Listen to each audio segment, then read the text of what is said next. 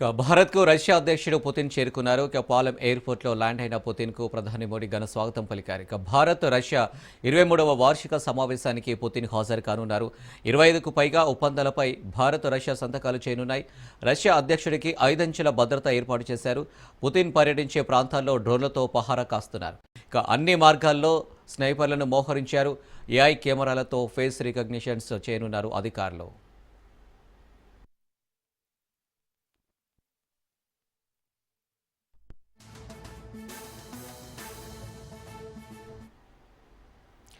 Bharat Russia దేశాల మధ్య రక్షణ సహకారం మరింత బలోపేతం కానుంది. ఇప్పటికే రష్యా పార్లమెంట్లోని లోయర్ హౌస్ రిజాల్వ్స్ ఒప్పందాన్ని ఆమోదించింది.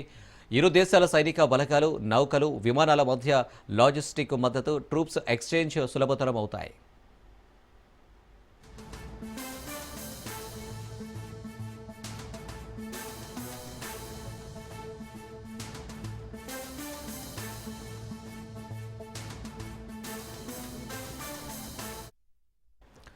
ప్రధాని మోడీతో పుతిన్ డిసెంబర్ 5న జరిగే చర్చల్లో S-400 మిసైల్ సిస్టమ్ల అదనపు డెలివరీలు, Su-57 స్టెల్త్ ఫైటర్ జెట్ల కొనుగోలు, S-500 advanced air defence shield వంటి అంశాలు చర్చనీయాంశాల్లో ఉన్నాయి. 2018లో $5.4 బిలియన్ విలువైన S-400 ఒప్పందంలో ఇప్పటి వరకు 3 స్క్వాడ్రన్లు డెలివరీ అయ్యాయి. మిగిలిన 2 స్క్వాడ్రన్ల డెలివరీని వేగవంతం చేయాలని భారత్ డిమాండ్ చేస్తోంది.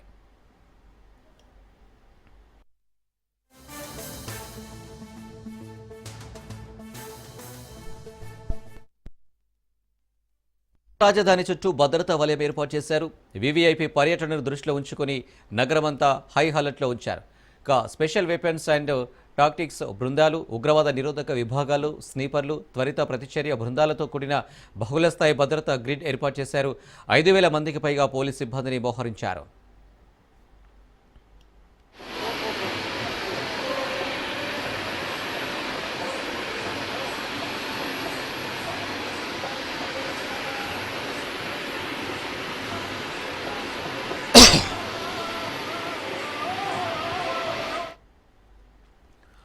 పుతిన్ రాక మొదలుకొని వెళ్లే వరకు ఆయన కదలికలన్నింటినీ బహుళ భద్రతా ఏజెన్సీలు ట్రాక్ చేయనున్నాయి. యాంటీ డ్రోన్ వ్యవస్థలు అమల్లో ఉండగా ట్రాఫిక్ అంతరాయం కలగకుండా ఎప్పటికప్పుడు సలహాలు జారీ చేయనున్నారు. రాజధాని నగరంలో మోడీ, పుతిన్ చిత్రాలతో కూడిన భారీ హోర్డింగ్లు దర్శనమిస్తున్నాయి. ఈ పర్యటనలో రష్యా అధ్యక్షుడు భారత ప్రధాని మోడీతో కలిసి 23వ భారత రష్యా వార్షిక వ్యూహాత్మక శిఖరాగ్ర సమావేశంలో పాల్గొననున్నారు.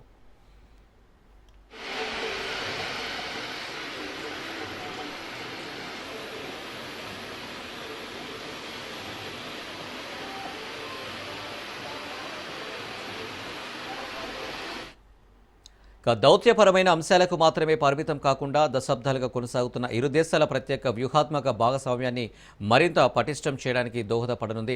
ఈ అధికారిక చర్చలకు ముందు ప్రధాని మోదీ తన నివాసంలో పుతిన్కు ప్రైవేట్ విందు ఇవ్వనున్నారు.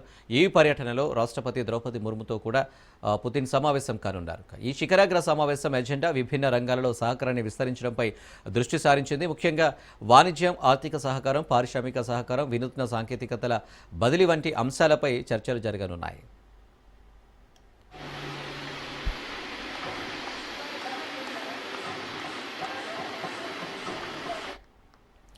శాంతియుత అంతరిక్ష అన్వేషణ, మైనింగ్, ఆరోగ్య సంరక్షణ, కార్మిక వలస కార్యక్రమాలలో కొత్త ఆశాజనక ప్రాజెక్టులు కూడా చర్చల జాబితాలో ఉన్నాయి.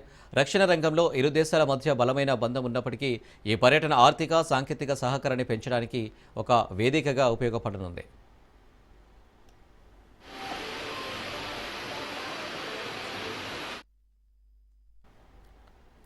2047 విజన్తో తెలంగాణ అడుగులు వేస్తుందన్నారు మంత్రి శ్రీధర్ బాబు.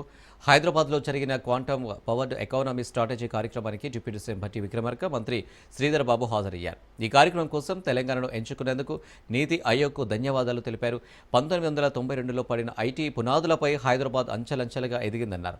ఈ నెల 8, 9 తేదీల్లో విజన్ డాక్యుమెంట్ను ఆవిష్కరిస్తామని, క్వాంటమ్ ఎకానమీని Hyderabad lead చేయబోతుందన్నారు.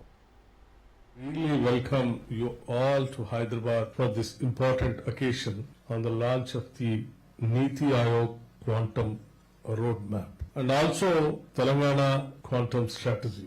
It's a great privilege and honor for me to stand in front of many intellectuals on the strategy policy makers for the country and various states also. Today, in fact, it is a great day for as far as the state is concerned. When the whole world is talking about the quantum and quantum economy, India's quantum strategy is being released from the city of Hyderabad, the capital Telangana. That shows the confidence and trust of the country on the state of Telangana and Hyderabad. We really, and also I am once again thanking the entire Niti Aayog team for choosing the Hyderabad and releasing the strategy quantum roadmap. Of course, as you have been believing, we strongly believe that Hyderabad can lead the quantum economy tomorrow because it has all and everything possible to make quantum economy a reality into the picture. CEO Niti Aayog has been saying that digital talent pool which is readily available in Hyderabad. Telling us how to transform our economies into a leading quantum powered economies. And before I do, and before I present my government vision towards it, Subramanian Garu is a very renowned, seasoned bureaucrat, done many roles at the national level. You know, to further the technology map before the global map and see that the India emerges on the top at the end of 2047 by using all these technologies into city. So I would like to literally mention, you know, the young minds who are also sitting over there from IIIT and all other institutes. You know, those are the people. What we are trying to build, they will be inheriting. So absolutely, when I go back and see, this year marks the 100th years of the quantum mechanics revolution. Amaravati రాజధానిలోని రెండో విడత భూ సమీకరణపై రైతులతో మంత్రి నారాయణ సమావేశమయ్యారు. భూ సమీకరణపై రైతుల అభిప్రాయాలు అడిగి తెలుసుకున్నారు. రాజధానిలో 55వ సిఆర్డీ అథారిటీతో భేటీ జరిగింది. అనంతరం 15 ఎకరాలలో గవర్నర్ బంగ్లా కోసం 169 కోట్లతో నిర్మించేందుకు నిర్ణయం తీసుకోవడం జరిగిందని నారాయణ అన్నారు. జ్యుడిషియల్ నిర్మాణం కోసం 163 కోట్లు, నాబార్డు ద్వారా 7,300 కోట్లు, సీడ్ యాక్సెస్ రోడ్డు కోసం 530 కోట్ల రూపాయల రుణంకి అథారిటీ ఆమోదం తెలిపిందన్నారు. International sports city, inner ring road, railway నిర్మాణాల కోసం భూములు ఇచ్చిన రైతులతో మాట్లాడడం జరిగిందని మంత్రి నారాయణ అన్నారు. దానికి టెండర్ అప్రూవల్కి యాక్చువల్గా 169 కోట్లు దాన్ని యాక్చువల్గా ఈరోజు అప్రూవల్ ఇవ్వడం జరిగింది. ఆ Lok Bhavan AP judicial academy construction కి అడ్మినిస్ట్రేటివ్ శాంక్షన్ ఇది 163 crores ఇచ్చారు. దాని మీద ఎస్టిమేషన్ చేసి టెండర్ పోవడం జరుగుతుంది. సో టెండర్ పోయేదానికి ఎస్టిమేషన్ చేసేదానికి యాక్చువల్ గా అడ్మినిస్ట్రేటివ్ క్లియరెన్స్ ఇచ్చారు. యాన్యువల్ రిపోర్ట్స్ 24-25 సంవత్సరం యొక్క యాన్యువల్ రిపోర్ట్స్ సబ్మిట్ చేసేదానికి దానికి పర్మిషన్ ఇచ్చారు. అదేవిధంగా నాబార్డు వాళ్ళు 7,350 కోట్ల యాక్చువల్ గా లోను అమరావతి క్యాపిటల్ సిటీకి ఇవ్వడానికి యాక్సెప్ట్ చేశారు. దాన్ని తీసుకోవడానికి యాక్చువల్ గా ఈరోజు అథారిటీ అప్రూవల్ ఇవ్వడం జరిగింది. ఈరోజు ఏదైతే సీడాక్స్ రోడ్డు ఉందో, సీడాక్స్ రోడ్డు నేషనల్ హైవే 16 మీదకి పోయేదానికి ఆ రోడ్డు యాక్చువల్ గా 532 కోట్లతో టెండర్ ప్యాకేజ్ కి ఈ రోజు యాక్చువల్ గా అప్రూవల్ ఫర్ అవార్డ్ దాన్ని అథారిటీ ఈ రోజు యాక్చువల్ గా దాన్ని డిసైడ్ చేసింది. అమరావతి ల్యాండ్ పుల్లింగ్ ఏదైతే ఈ రోజు ఇంటర్నేషనల్ స్పోర్ట్స్ సిటీకి, తర్వాత ఇన్నర్ రింగ్ రోడ్డుకి, రైల్వే ట్రాక్ ఏదైతే ఉందో దానికి తీసుకున్నాం 16,666 ఎకరాలు. దాని మీద కూడా యాక్చువల్ గా ఈరోజు బ్రీఫ్ గా డిస్కషన్ జరిగింది. ఆ రైతులతో యాక్చువల్ గా ఈ రోజు మార్నింగ్ నేనైతే ఒక 4 విలేజ్ల రైతులతో డిస్కస్ చేయటం, వాళ్ళందరూ కూడా పాజిటివ్ గా వచ్చారు. అదే విధంగా అందరు రైతులతో కూడా మాట్లాడి వాళ్ళ సమస్యలు ఏమన్నా ఉంటే వాటిని ఎప్పటికప్పుడు అథారిటీలో డిస్కస్ చేసి ముందుకు తీసుకుపోవడం జరుగుతుంది. డిప్యూటీ సీఎం పవన్ కళ్యాణ్ వ్యాఖ్యలపై మంత్రి కందుల దుర్గేష్ క్లారిటీ ఇచ్చారు. చిన్నప్పుడు సొంత బిడ్డకి అన్నం పెట్టిన అనంతరం దిష్టి తీస్తారు, అంతేకాని సొంత తల్లి దిష్టి పెట్టినట్లు కాదన్నారు కందుల దుర్గేష్. తెలంగాణని ఎప్పుడు కించపరిచేలా పవన్ కళ్యాణ్ మాట్లాడలేదన్నారు. గ్రామీణ ప్రాంతాల్లో మాండలిక పదాల్లో భాగంగా డిప్యూటీ సీఎం మాట్లాడారని తెలిపారు. 2 తెలుగు రాష్ట్రాల్లో జనసేన పార్టీ ఉందని, అంతేగాని ఒక ప్రాంతాన్ని కించపరిచేలా మాట్లాడలేదని మంత్రి దుర్గేష్ అన్నారు. ప్రభుత్వంపై పేర్ని నాని విషయం కక్కుతున్నారని, మాంత్రిక వేషం వేసే వారిలో వైసీపీ వ్యాఖ్యలు ఉన్నాయని మంత్రి దుర్గేష్ మండిపడ్డారు. స్పష్టమైనటువంటి వివరణతో ఉంది. ఇవి కాకుండా ఎర్లీ బర్డ్ ప్రోత్సాహకాలు, ఏదైనా ఒక కార్యక్రమంలో మొట్టమొదటిగానే వచ్చి మేము టేకప్ చేస్తాం అనేటువంటి ఒక 6 కంపెనీలకు కూడా ఆమోదం తెలియజెప్పడం జరిగింది. విశాఖ పెట్టుబడుల సదస్సులో కుదుర్చుకునే ఎంఓయూలపై కూడా ఎలాంటి ఎంఓయూలు చేశారు, అనేటువంటి దాని మీద కూడా ముఖ్యమంత్రి గారు సమీక్ష చేయడం జరిగింది. దాంతోపాటు దీనికి ఒక పోర్టల్ని ఏర్పాటు చేసుకుని ఎప్పటికప్పుడు పర్యవేక్షణ చేయాలనేటువంటి మాటని నిర్ణయించుకోవడం జరిగింది. ఎంఓయూలు ఏవైతే మనం కుదుర్చుకున్నామో ఆ ఒప్పందాలు సరైన దిశలో అమలు జరగడానికి కొంత సమయంలోనే, కాల పరిమితిలోనే అవన్నీ కూడా అమలు చేయడానికి వీలుగా ముఖ్యమంత్రి గారు, సిఎస్ గారు, అదేవిధంగా మంత్రివర్గ ఉపసంఘం, వారితో పాటు ఆయా శాఖలకు సంబంధించిన మంత్రులు కూడా నిరంతరం పర్యవేక్షణ చేసే విధంగా ఈ కార్యక్రమాన్ని సీఎం చంద్రబాబు తమకు న్యాయం చేయాలంటూ ఏపీ సచివాలయం బయట భవానీపురం బాధితులు ఆందోళనకు దిగారు. ఎమ్మెల్యే కార్యాలయానికి వెళ్లినా న్యాయం చేయట్లేదని, సీఎం అయినా తమ బాధని అర్థం చేసుకోవాలని ఆవేదన వ్యక్తం చేశారు. న్యాయం కోసం సుప్రీంకోర్టుకు వెళ్లినా కోర్టు తీర్పును ధిక్కరించారని మండిపడుతున్నారు. సీఎం చంద్రబాబును కలిసేందుకు నిన్న రాత్రి నుంచి రోడ్డుపైన వేచి ఉన్నామని, తమకు న్యాయం చేయాలని బాధితులు డిమాండ్ చేస్తున్నారు.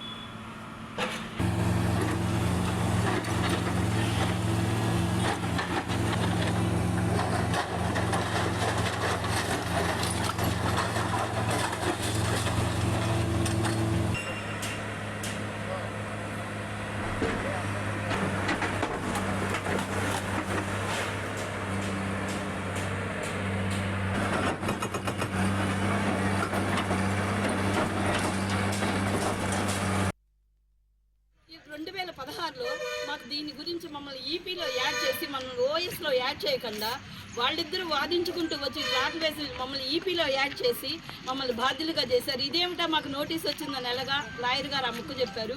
ఆ రోజు నుంచి మేము పోరాడుతూనే ఉన్నాము. హైకోర్టులో మా కేసు కొట్టేసిరాక మా లాయర్ మాకు తెలియజేయలేదు. మా లాయర్ అతనికి అమ్ముడు పోయాడో ఏమయ్యాడో తెలియదు. మా పిల్లల్లో కొంచెం మంది మా ప్లాట్లో ఒక అతను చదువు ఏంటి ఈ కేసు ఇంకా మధ్య నెంబర్ తెలుసుకొని దాన్ని వివరించగా కేసు కొట్టేసి ఉన్నది అని తెలియడమైనది. ఈ కేసు కొట్టేశాక 100 రోజులు దాటితే మనం పై కోర్టుకు కూడా వెళ్ళటానికి ఇది లేకుండా చేయటం కోసం కుట్రపూరితంగా చేశారు దీన్ని. భగవంతుడు మా అందుండి కొంచెం మేము ముందుగా చూసుకున్నాం కాబట్టి సీఎం గారికి చెప్పుకొని మా బాధలు చెప్పుకొని వాళ్ళ ద్వారా మేము ఇంత బాధలు పడ్డందుకు సార్ని కలిసి మేమందరం కూడా మా విషయం తెలియజేసి వాళ్ళకి రెండవ తెలుగు రాష్ట్రాల్ని బ్యాక్టీరియా స్క్రబ్ టైఫస్ వణికిస్తుంది. ముఖ్యంగా ఏజెన్సీ ప్రాంతాల్లో దీని ప్రభావం ఎక్కువగా ఉండటంతో ప్రజలు అప్రమత్తంగా ఉండాలని అధికారులు సూచిస్తున్నారు. వ్యాధి లక్షణాలు ఉన్నవారు వెంటనే రక్త పరీక్ష చేయించుకుని నివారణ దిశగా జాగ్రత్తలు పాటించాలని తెలుపుతున్నారు. గో స్క్రబ్ టైఫస్ అనేది బ్యాక్టీరియా మాత్రమే, వైరస్ కాదు అంటున్న greater Visakha municipal corporation chief medical ఆఫీసర్తో మా Visakhapatnam correspondent Nandakumar face to face. Scrub typhus అనే బ్యాక్టీరియా 2 తెలుగు రాష్ట్రాలని కూడా కలవరపెడుతుంది. ముఖ్యంగా చలికాలం అవడం, కొంతమేరకు ఏజెన్సీ ప్రాంతాల్లో కూడా ఈ యొక్క బ్యాక్టీరియా యొక్క మూలాలు కలుగున్నారు. అసలు ముఖ్యంగా ఈ బ్యాక్టీరియా మూలాలకి ఇదవ్వకుండా ఎటువంటి ప్రికాషన్స్ తీసుకోవాలని తెలుసుకునే క్రమంలో భాగంగా మనతో మాట్లాడడానికి greater Visakha municipal corporation chief medical officer doctor Naresh గారు ఉన్నారు. ఆయనతో మాట్లాడి మరిన్ని విషయాలు అయితే తెలుసుకునే ప్రయత్నం చేద్దాం. సార్ చెప్పండి, ఈ స్క్రబ్ టైఫస్ అనేది వైరసా లేకపోతే బ్యాక్టీరియా? స్క్రబ్ టైఫస్ అనేది బ్యాక్టీరియా అండి. అయితే ఈ స్క్రబ్ టైఫస్ ఫీవర్లో మనకి దోమల నుంచి కానీ అలాంటి కీటకాల నుంచి రాదు. స్క్రబ్ టైఫస్ అనేది ఒక పురుగు ఉంటుంది మనకి, లార్వల్ మైట్స్ అని. ఆ పురుగు కుట్టడం వల్ల మనకి స్క్రబ్ టైఫస్ అనేది ఇన్ఫెక్షన్ కలుగుతుంది. అయితే దాన్ని టైఫస్ ఫీవర్ అంటాం. ఇది ముఖ్యంగా రూరల్ ఏరియాస్లో, అంటే ఈ పొలాల్లో పనిచేసే వాళ్ళకి, అలాగే ఎక్కువగా పొదలు ష్రబ్స్ అయ్యి ఉన్న ఏరియాల్లో ఉండే వాళ్ళకి, అలాంటి అబాండెండ్ ప్లాట్ఫామ్స్ అంటే ఎలుకలు పందికొక్కులు ఉండే అలాంటి ఏరియాల్లోనే మనకి ఎక్కువగా ఇది కనబడుతూ ఉంటుంది. అయితే మనకి కేజీహెచ్ అనేది రీజనల్ హాస్పిటల్ కాబట్టి ఈ చుట్టుపక్కల 3 జిల్లాలకి కూడా పెద్ద హాస్పిటల్ ఇదే కాబట్టి మనకి టైఫస్ ఫీవర్ కేసెస్ అన్నీ కూడా విశాఖపట్నం చేరుకుంటున్నాయి. ఇక్కడ మనకి ఇంకొక సమస్య ఏంటి అంటే ఇది డెంగ్యూ, మలేరియా జ్వరాలకి ఎపిడమిక్ సీజన్. ఈ టైంలోనే మనకి స్క్రబ్ టైఫస్ ఫీవర్ కేసులు కూడా రావడంతో అది గుర్తించడం కొంచెం ఇబ్బంది కలిగే పరిస్థితి ఉంటుంది. అయితే ఆ వ్యాధి లక్షణాలు కరెక్ట్గా తెలుసుకొని అలాగే వ్యాధి సంక్రమించిన వాళ్ళు ఏ ఏరియా అంటే ముఖ్యంగా రూరల్ ఏరియాస్ నుంచి వచ్చిన వాళ్ళు అంటే అటువైపు కూడా మనం ఒక ఆలోచనతో ఉన్నట్లయితే దానికి సంబంధించిన టెస్టింగ్ కూడా ఉంటుంది. ఇమ్యూనోగ్లోబులిన్ టెస్టింగ్ అని చెప్పి వీల్ ఫిలిక్స్ టెస్ట్ అంటాము. అది మన కేజీహెచ్లో అది చేస్తారు. అది చేసినట్లయితే మనకు తెలుస్తుంది. అలాగే వ్యాధి లక్షణాలు కూడా ముఖ్యంగా సార్ ఇప్పుడు ఈ వ్యాధి సోకింది అనడానికి ఎటువంటి లక్షణాలు ఉంటాయి అంటే ఎలాగా సామాన్య ప్రజలకి జ్వరం వచ్చింది అని అంటే అయితే ముందుగా టైఫాయిడ్ అనుకుంటారు లేకపోతే మలేరియా అనుకుంటారు. కానీ ఈ స్క్రబ్ టైఫస్ అనేది ఎలాగ దాని లక్షణాలు ఏ విధంగా ఉంటాయి, ఎటువంటి టెస్టులు చేయించుకోవాలి?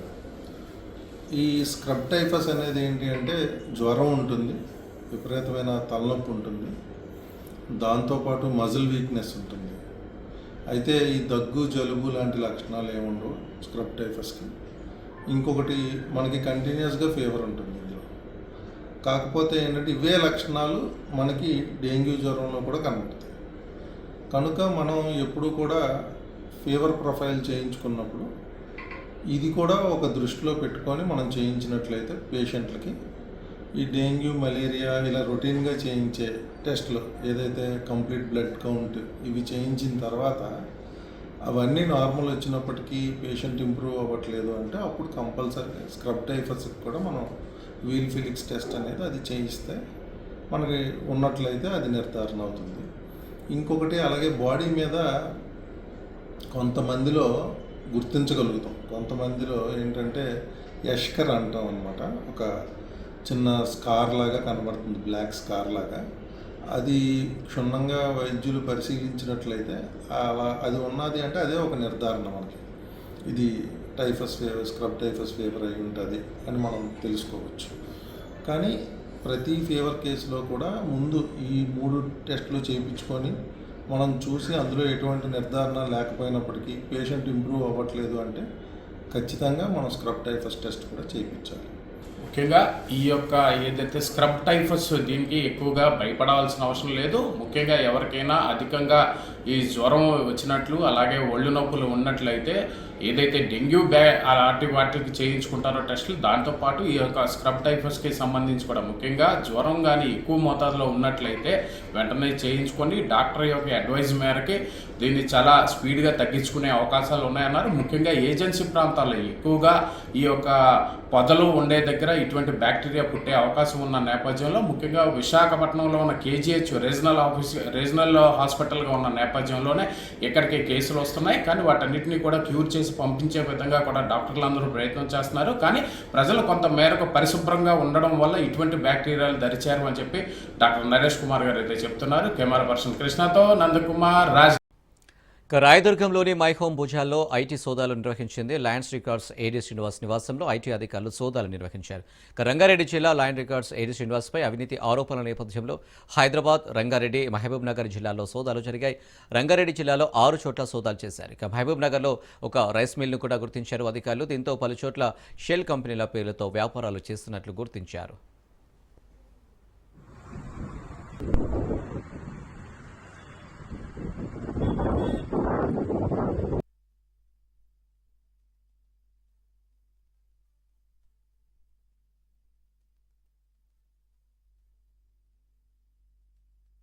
ఈ అమీన్పూర్ విలేజ్లో ఉన్నటువంటి ఎఫ్సిఎల్ కన్స్ట్రక్షన్ అపార్ట్మెంట్స్ కడుతున్నారు.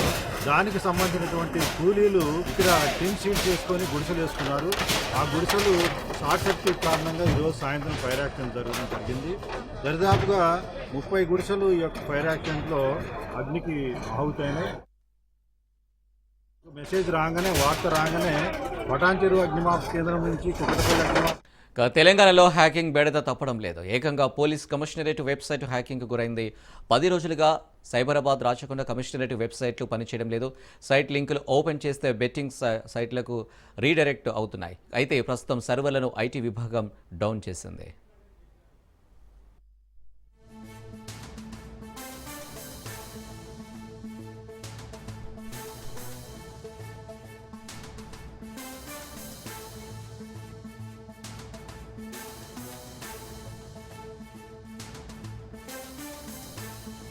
ములుగు జిల్లా తాడువాయి మండలం మేడారంలో జరిగే మహాజాతరకు రాష్ట్ర ప్రభుత్వం అభివృద్ధి పనులను ప్రారంభించింది.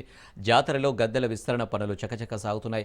ప్రభుత్వం మాస్టర్ ప్లాన్లో భాగంగా ఈసారి సమ్మక్క, సారలమ్మ, గోవిందరాజు, పగిడిద్దరాజులు వరుస క్రమంలో ఉండే విధంగా గద్దెల విస్తరణ పనులు చేపడుతుంది.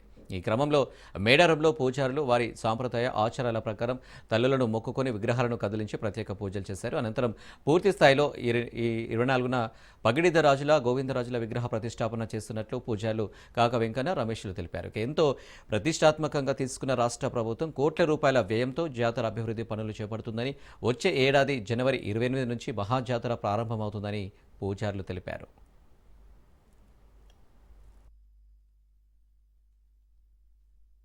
నా పేరు తొక్కెర రమేష్, సమ్మక్క ప్రధాన పూజారి మేడారం. మరి కొద్ది రోజుల్లో జరగబోయేటువంటి మహాజాతర జనవరి 28 నుండి 2026 మహాఘట్టం మరి రాబోతుంది. ఒక నెల ముందుగానే ఈ రోజు పౌర్ణమి.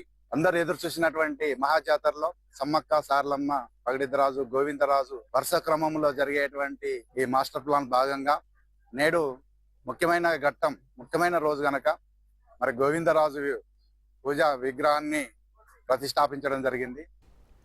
సంక్రాంతి దగ్గర పడుతున్న తరుణంలో పందెం కోళ్ల విక్రయాలు జోరందుకున్నాయి. గుంటూరు జిల్లా ప్రతిపాడు నియోజకవర్గంలో ఏలేశ్వరంలో పందెం కోళ్ల విక్రయాలు కొనసాగుతున్నాయి. ఏలేశ్వరంలో వారపు సంతలో పందెం కోళ్లు పోటెత్తాయి. ఏజెన్సీ గ్రామాల నుంచి పుంజులను విక్రయించేందుకు ప్రజలు భారీగా తరలివచ్చారు. ఈ సంతలో ఒక్కొక్క పందెం కోడి ధర సుమారు 5,000 నుంచి 20,000 వరకు పలుకుతుంది. ఛత్తీస్గఢ్లోని బీజాపూర్ సరిహద్దులో భద్రతా దళాలు, మావోయిస్టుల మధ్య ఎదురుకాల్పులు జరుగుతున్నాయి. ఈ ఎన్కౌంటర్లో మృతుల సంఖ్య మరింత పెరుగుతుంది. ఎన్కౌంటర్లో మొత్తం 18 మంది మావోయిస్టులు మృతి చెందినట్లు సమాచారం. PLGA-2 కమాండర్ వెల్లా మెడియం మృతి చెందినట్లు తెలుస్తుంది. భద్రతా దళాల కూంబింగ్ కొనసాగుతోంది.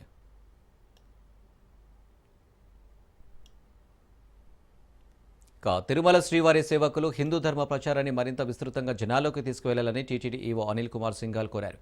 తిరుమలలోని సేవా సదన్లో శ్రీవారి సేవా గ్రూప్ సూపర్వైజర్లకు నిర్వహిస్తున్న ట్రైనర్స్ కార్యక్రమంలో ఈవో అనిల్ పాల్గొన్నారు.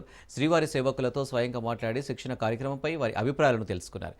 గ్రూప్ సూపర్వైజర్లకు ఇస్తున్న శిక్షణ చాలా గొప్ప కార్యక్రమమని సేవకులు ఈవోకు అభినందనలు తెలిపారు. ఈ సందర్భంగా పలువురు సేవకులు తమ సలహాలు, సూచనలు అందించారు. 2000 సంవత్సరం నవంబర్ నెలలో 200 మంది సేవకులతో ప్రారంభమైన శ్రీవారి సేవ ప్రస్తుతం 17 లక్షల మందికి చేరుకోవడం చాలా గొప్ప విషయంగా ఈవో అనిల్ అభివర్ణించారు.